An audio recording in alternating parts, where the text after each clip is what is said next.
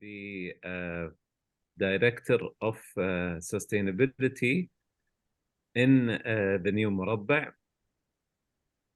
He is a seasoned sustainability professional with experience in developing and implementing comprehensive sustainability strategies and green frameworks and initiatives. He has a track record of successfully leading high-profile projects such as the new Murabba. He's among the team and has been an international delegate in prestigious sustainability conferences before.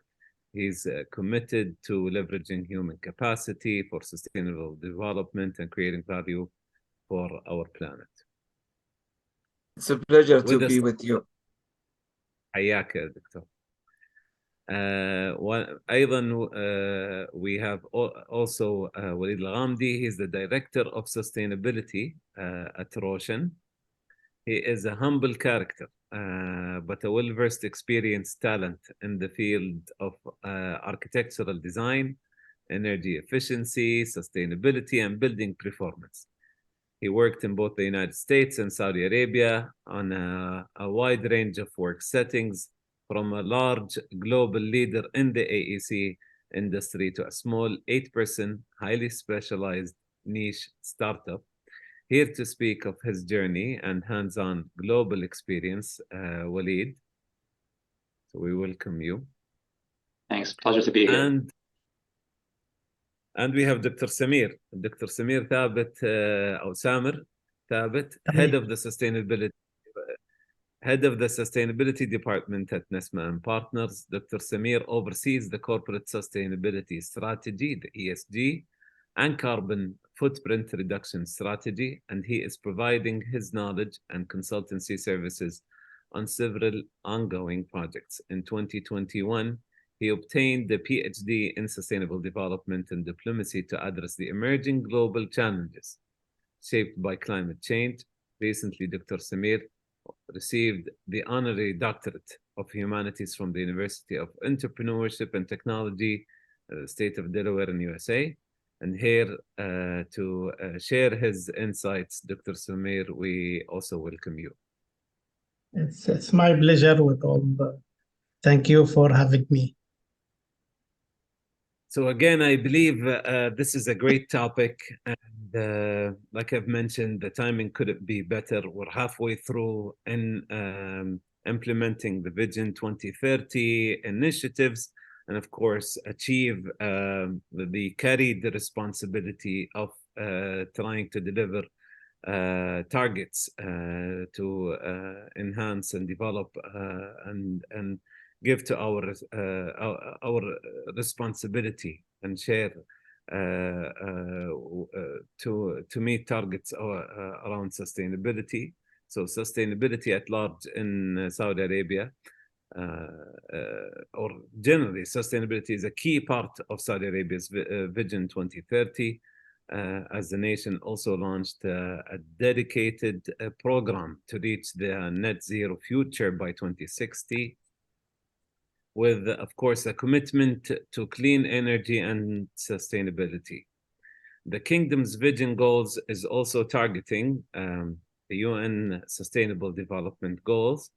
And I am interested to hear from you on this connection between the Vision 2030 and its programs, and how it links and connects with the UN Sustainable Development Goals. So what specific sustainable development initiatives has Saudi Arabia implemented, and how does it link with the nation's vision for 2030 targets and align with sustainable development goals? And what role does sustainability play in the country's long-term development plans? Dr. Sultan, I'd like to hear from you first, and perhaps maybe I'd ask other joiners.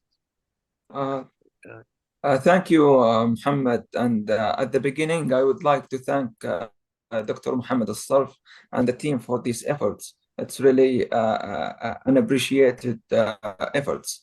Regarding to your question, as you know, and as you mentioned, the Saudi 2030 vision is already established the roadmap for sustainability.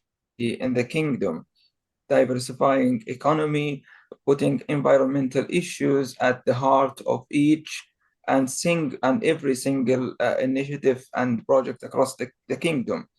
And the vision itself is connected very well to the global agenda, the SDGs.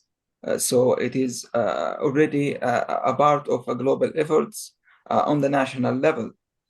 And to delve deeper in the sustainability of the kingdom, we have the Saudi Green Initiative, which is the compass toward achieving carbon neutrality by 2060, or having 50% of our energy mix from renewable resources, or planting 10 billion trees. So if you go to Egypt across the kingdom,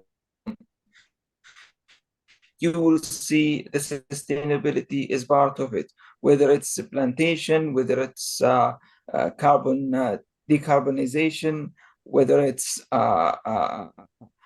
any other sustainability related initiatives, energy consumption reduction, water conservation, you name it. So to conclude, this is under construction. It is under application across different sectors across the kingdom. Excellent, Dr. Sultan. Before I proceed to the next question, please, Dr. Walid, so Dr. Samir and Walid, if you have anything to share. Mr. Walid, please. I was going to defer to you, Dr. Sam. Okay. See, I think that the even recent the sustainability idea, sustainability concept was raised here, not recent, maybe 4 or 5 years back, but the progress what I saw, it's something amazing, starting from the government, where they put policies. Wherever you go, just check each let's say minister website, you will find they have the sustainability strategy, objective, KPIs, so on, so, and goes even toward to the private sector.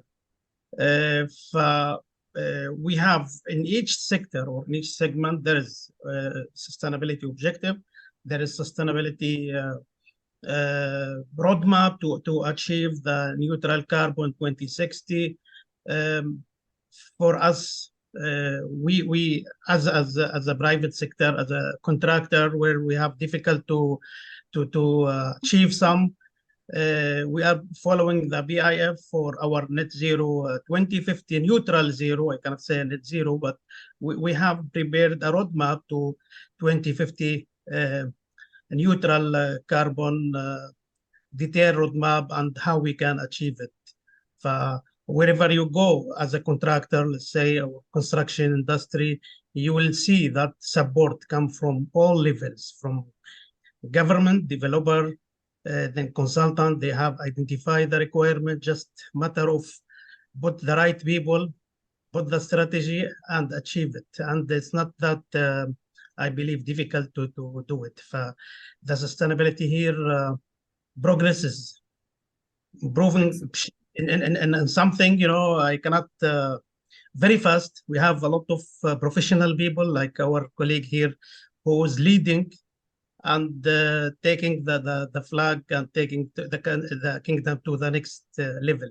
But I have just one comment, Mr. Abdurrahman. We are not competitor here. We work towards one goal. I don't like to work as a competitor. No, everyone teach other, everyone learn from other, and we have one target at the end. Wonderful. I think this, of course, drives us to the following question. The kingdom is enriched with opportunities. Of course, also is enriched with the biodiverse environment. And within this ecosystem, this ecosystem is sort of faced with a number of challenges. We're facing a rapid growing urbanization and an inclining population, and we're seeing this friction between the biodiverse ecosystem that is now promoted for preservation and natural assets protection. So I'd like to know, perhaps, Waleed, and maybe we revert back to you, Dr. Samir, what are key challenges that you are now addressing around, what are some of the challenges and unique considerations that Saudi Arabia now is facing in implementing sustainable development initiatives? Sure. Yeah. So I'll take a stab at that at the beginning. So thanks, Abdurrahman and my esteemed co-panelists, and thanks for us PSA for the invitation, and Dr. Muhammad Asraf. I think just one thing I'd like to start with is, although we do have our set of unique challenges and issues to deal with, I think more and more as I look at what Saudi Arabia has done and has been doing for the past 5 years or so, or more, since the Vision 2030 was launched. But even before that, I often come to the realization that we actually, there's a lot of good bones and good direction that was set, specifically when it comes to social and labor laws and social issues. When we talk about the rights of employees or the social equity in the workforce, I think we rank pretty high up. I think one of the challenges for us, this brings me to the challenge, is to make sure that is applies across the board and is trickled down from the highest to the lowest pay ranks, and that is enforced and complied with consistently. For example, when we look at issues related to labor rights, sick leave, maternity leave, healthcare, and then access to education, and overall the investment in the human capital of people in Saudi.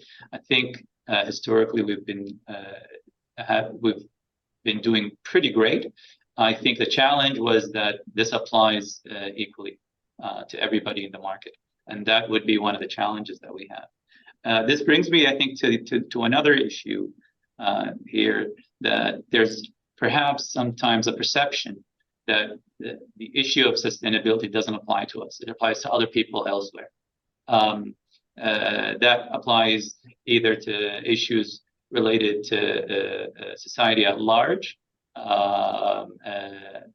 equity, equality, inclusion, or to environmental issues, like the risk that comes from climate change and the increase in intensity and frequency of certain climate events.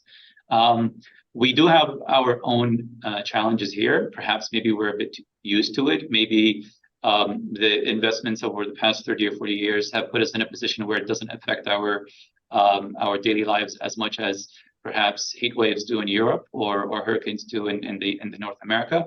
But that doesn't mean that that's not a challenge that we need to reckon with. I think there's a few things that I face regularly that I'd like to perhaps highlight. One would be the availability and the sharing of data and how well we are progressing. I just recently got a question about, is there any information about how the Saudi Building Code adoption helped us improve the quality of life and overall sustainability of the built environment in Saudi, given that it was enforced, or it came into effect last year for the residential sector. That's not something that we have a lot of. In addition to that, manpower and retaining talent, that's an issue. There's a lot of competition for top talent in our business now.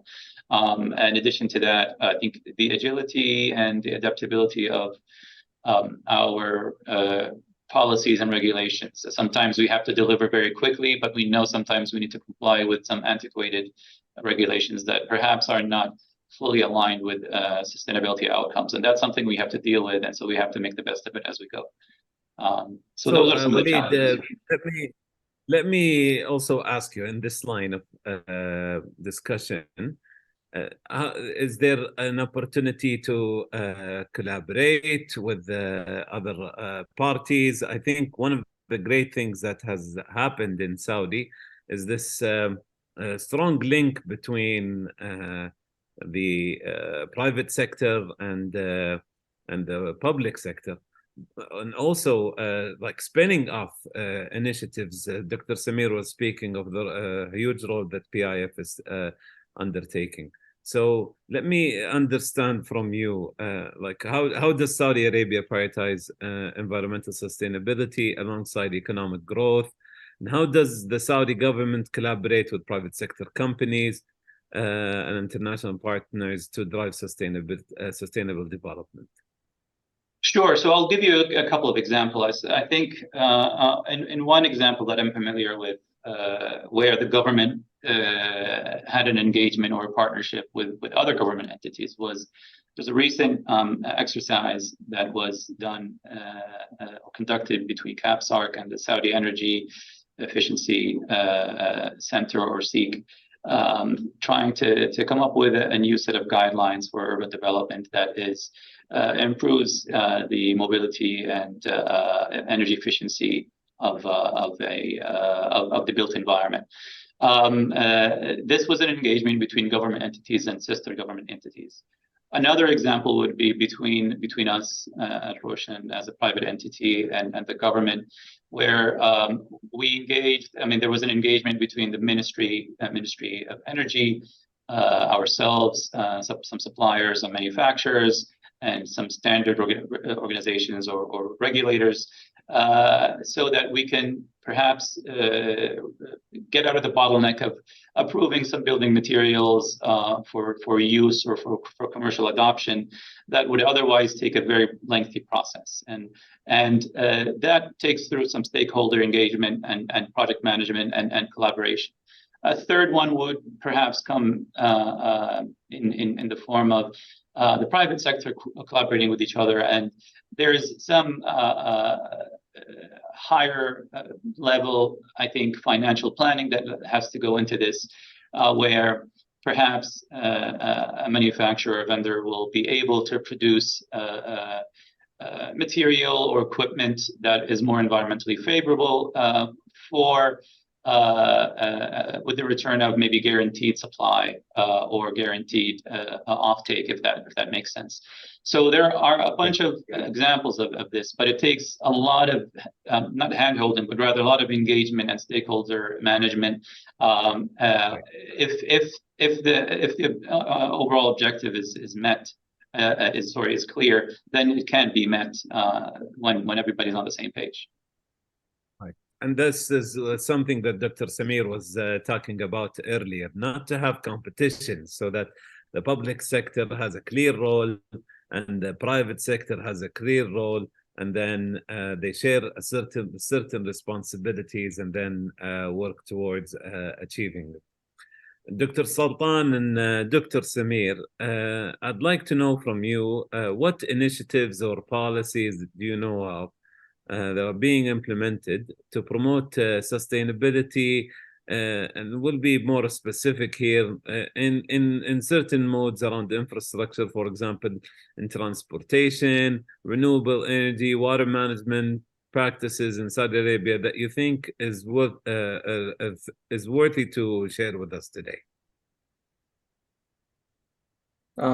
Thank you, Rahman. Actually, there are a lot of strategies that a number of policies cascaded from. Like there is a national transportation strategy that enhances the use of electrical vehicles, different modes of transportation like buses, metros, to enhance the sustainability of the transportation sector. And these are being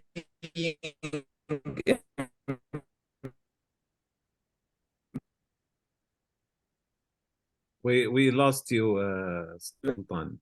Dr. Samir, maybe you pick it up from here.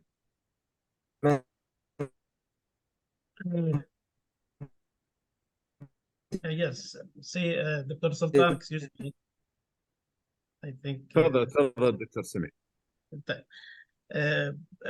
before, just to see the initiative, I have a few points for challenge that we face in the market now. Dr. Sultan, sorry, but okay, just I want to highlight about those challenge. Yes, first of all, unify of ESG or sustainability framework. Projects across the Okay. Okay. Continue, Dr.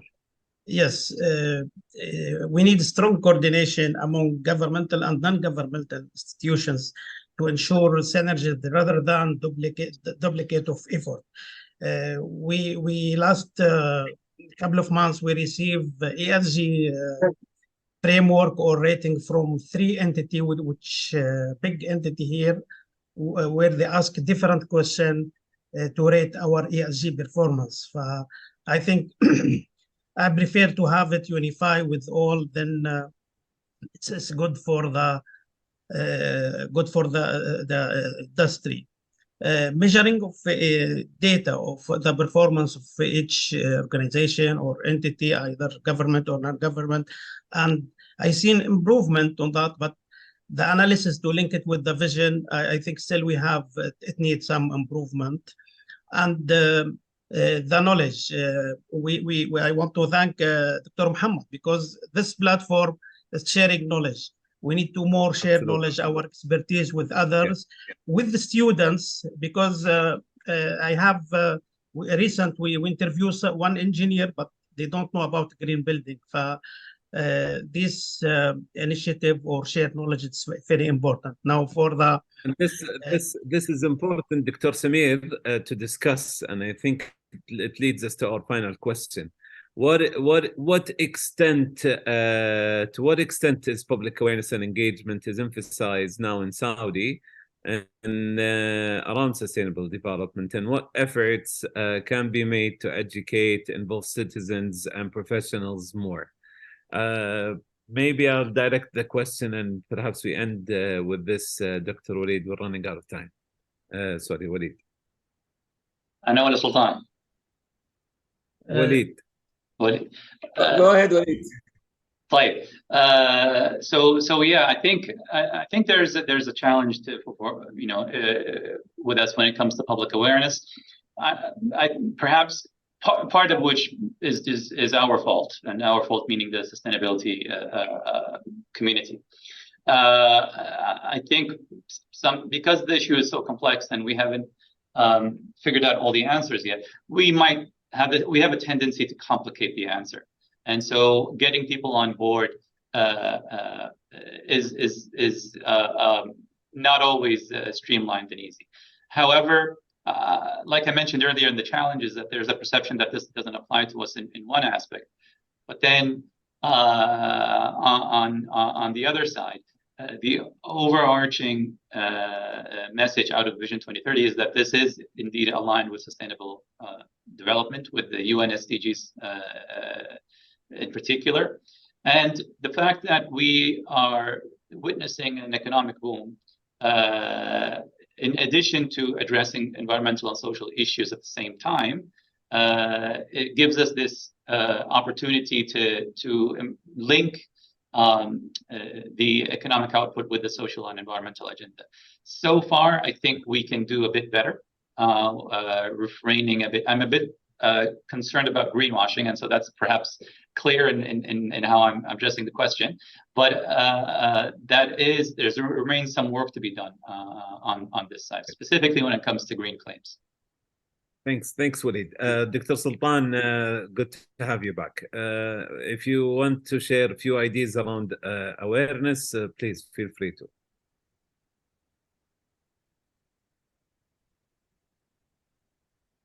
Or Dr. Samir, if you'd like to share last insights. Yes, we have. Sorry, can you repeat the question? I have issue with the connection. All right, understandable, Dr. Sultan. Let's take it to Dr. Samir, and we'll have to close. Okay, for the awareness, at least in what we are doing in my department, I teach a lot of junior people about sustainability. I try to last year to contact one local university to give them free, let's say, topics or free lectures about sustainability lead. Even I prepare some material for them. It doesn't work. I have to again have more contact. We have to, I think, to focus on students. Have to focus on university. Bring them all those young people who is expected to be supporting the vision in a few years. They have to know the sustainability requirement in all aspects. Okay. Dr. Samir, thank you so much. Dr. Sultan, Walid, thank you for your participation. As closing remarks, I'll repeat some of the great things that I've heard on this session. I think that Saudi Arabia is leading great initiatives. Dr. Sultan talked about the 10 billion trees as to achieve plantation and decarbonization across the ecosystem. We heard from you, Walid, on how great Saudi Arabia is performing in terms of equity, opening workforce opportunity for all.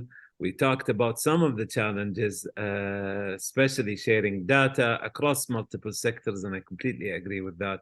We've examined few of great examples, such as the collaboration with PIF companies such as Roshan, or collaboration between public and semi-public with CAPSARC.